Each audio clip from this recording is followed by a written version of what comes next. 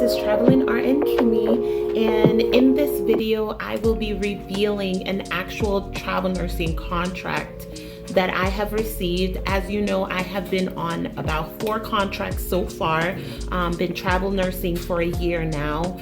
So I will be blessing you guys with this information so you know what to look for, what to expect, and pretty much like how do you choose your travel nursing contracts, because there are so many reasons why I chose one contract over the other and certain things to look for. So in this video I will be revealing all that information.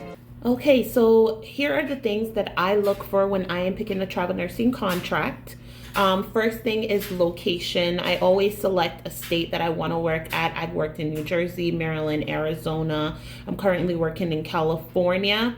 I say if you know you want to work in a specific city, choose more than one travel nursing agency so that if one doesn't have the availability, you can go with the other one.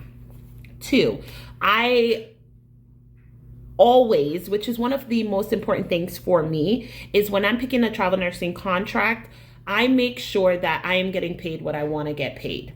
So I know personally I won't be taking a contract less than $3,000 because I know after I get my taxes taken out, I'll be making about $2,000, and I'm comfortable with take home $2,000 per week. That is more than enough for me. Third thing, when looking for a travel nursing contract, I personally pay a close attention to the overtime rate. And the reason why I say that, it's because I pick up extra time. I have a very strong work ethic, and I've always done that, and I'm always going to do that. I'm the type of person that I don't like to be doing nothing. I do travel a lot during my travel contracts, but a lot of the times I'm also just picking up overtime. It really just depends on the city that I'm living in at that time, whether or not I'll be traveling outside of that area.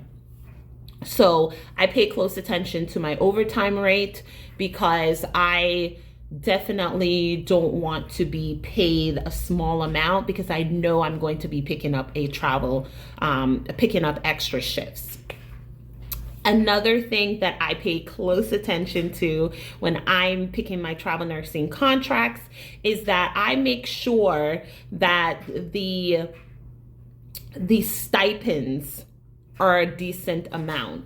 So there are 2 things that you can pay attention to. You can either pick a contract that has a high stipend, or you can pick a contract that has a high hourly rate.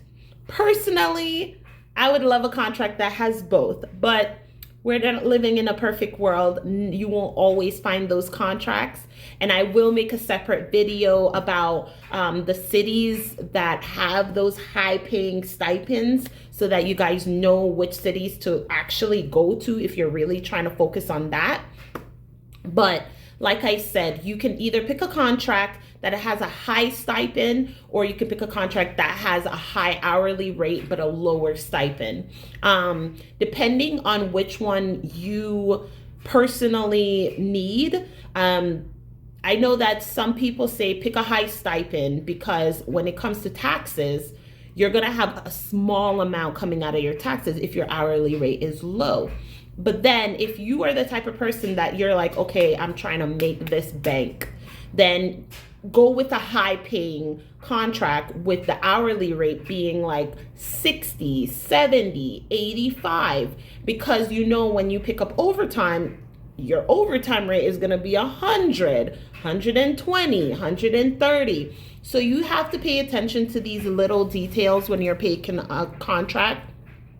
There are other things that people feel like is super important. And like I said, make sure you pick a contract based on what your needs are. Write a list before you even choose a contract. Make a list of things that you want, because you might get a contract, take it, and then you're like, oh shoot, I really wanted this, but now I forgot to ask for it. I forgot to mention it. Make a list prior to choosing a contract so you know exactly off the bat what you want and you can ask for those things.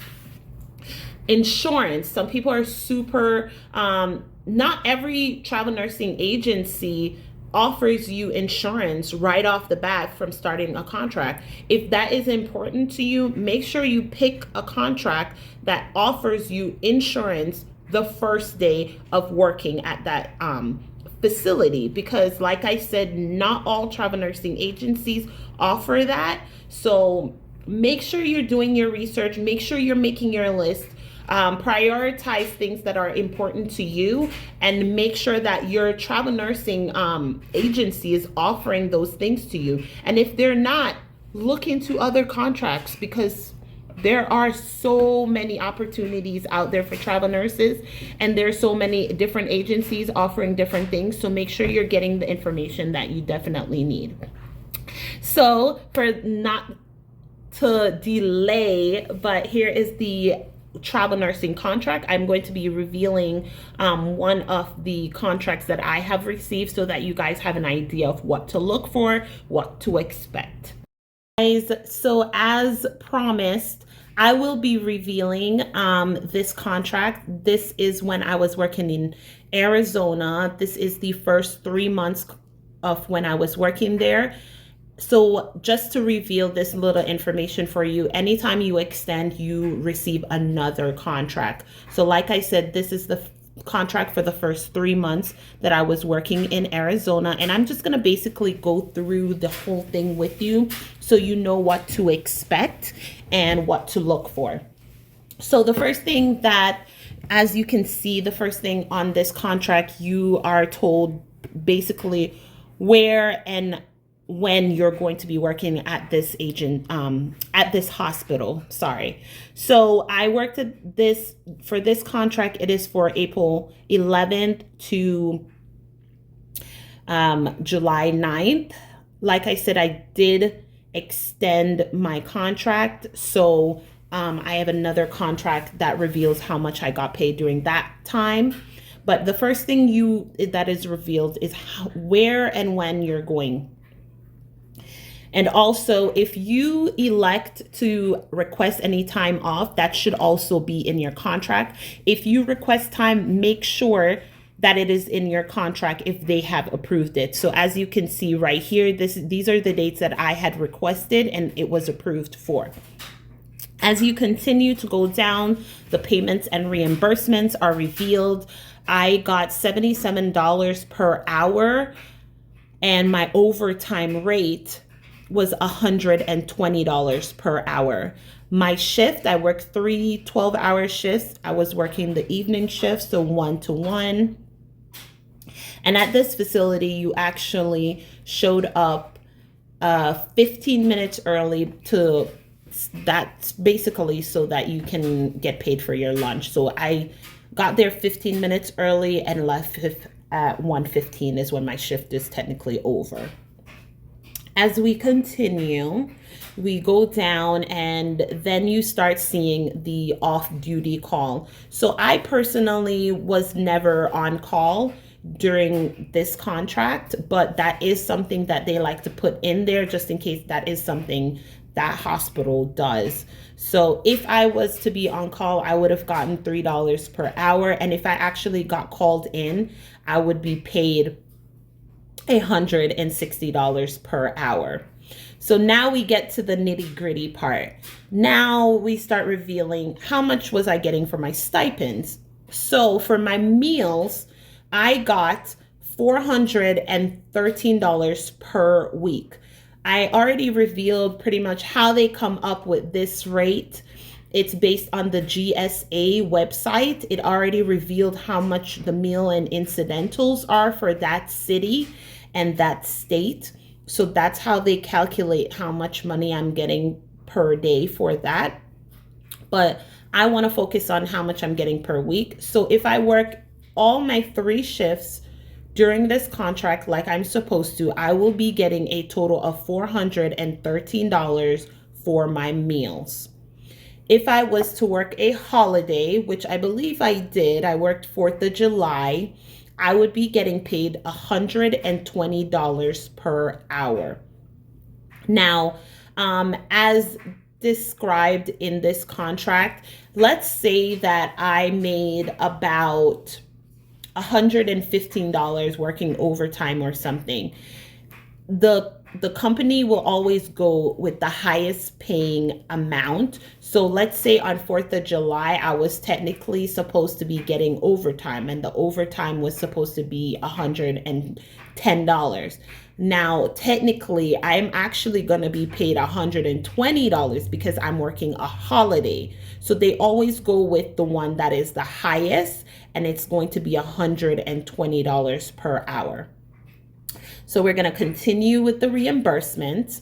So here, they actually did reimburse me for relocation. I got a $250 reimbursement when I started the contract, and then I got another $250 at the end of this contract for a maximum amount of $500 for reimbursement. Now, as we go into the daily housing, as I said, the GSA website lets us know pretty much how much you're going to get for your housing stipend based on the location that you're living in and the cost of living. So in this area, it was $96 per day. And in total, for the week, I got $672 for my housing stipend. So I have to, once again, I want to reiterate this part. If you do not work all 3 shifts according to your contract, you will not get the housing stipend. So for total, for the whole stipends, the meal incidentals and housing, I got $1,000 and $1,085 per week for my stipends. This is non-taxable, and this is when, like I said, went into my contract, and I receive this every single week. As we continue down into the contract, for me, because I did qualify for my 401k, I was eligible to receive matching rates for my 401k because I was working for the facility for over a year now. And because I had gotten, you qualify according to this contract, according to this travel nursing agency, after 120 days of continuous employment, you are eligible for the 401k match. So I did start getting my 401k matched at this point. As you continue, they pretty much, like, this is just them covering the legal aspects by signing this contract. You're authorizing the travel nursing agency to process and disclose my information to the facility. This part, guys, I want you guys to pay close attention to the at-will employment. This is the part in the contract where it explains to you that the hospital can terminate you at any time. And at the same way, you can also terminate your contract at any time. I know a lot of people have talked about the fact that, when you cancel a contract, it's going to look bad on you. At the end of the day, remember, you can end a contract when you feel like. If you are in an unsafe situation, you feel like you are not getting the fair treatment, you are being mistreated at the hospital, end the contract. At the end of the day, you are an at-will employment.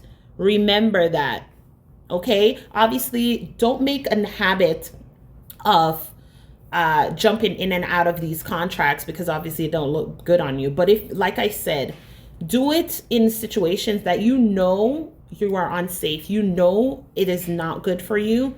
Remember, you are an at-will employment. So if you need to leave, leave. Because if they don't have the budget to pay you, they will end your contract early. All right. As we continue, this pretty much the additional responsibility, cancellation assignment, arbitrary company policies, and that's pretty much as the contract goes. And I hope this information was helpful, because I know personally when I started travel nursing, I have never seen a contract, don't know what it looks like, and I definitely wish I did. Okay, guys, so that was my contract. I hope that information was useful. Like I said, there are certain things that you should definitely look for. Make sure you're getting in your contracts. Write down a list of what you want, what you need in those contracts. If the agency is not offering you, try to find another agency that is. You do not always have to settle for just is. Do your research, make sure you have your information, and pick the ones that you want, because remember, you have the power in this. You are at need. You are in demand. I hope this information was useful for you. If you guys have any questions, go ahead and leave those in the description box. And I will try my bestest to continue to upload information that is going to be useful for you guys as you continue your career as a nurse, or as a CNA, or as an LPN, whatever in the medical field. I hope this information was helpful for you. Don't forget to like, subscribe, and I will see you guys in the next video. I hope you have a wonderful and blessed day. Bye.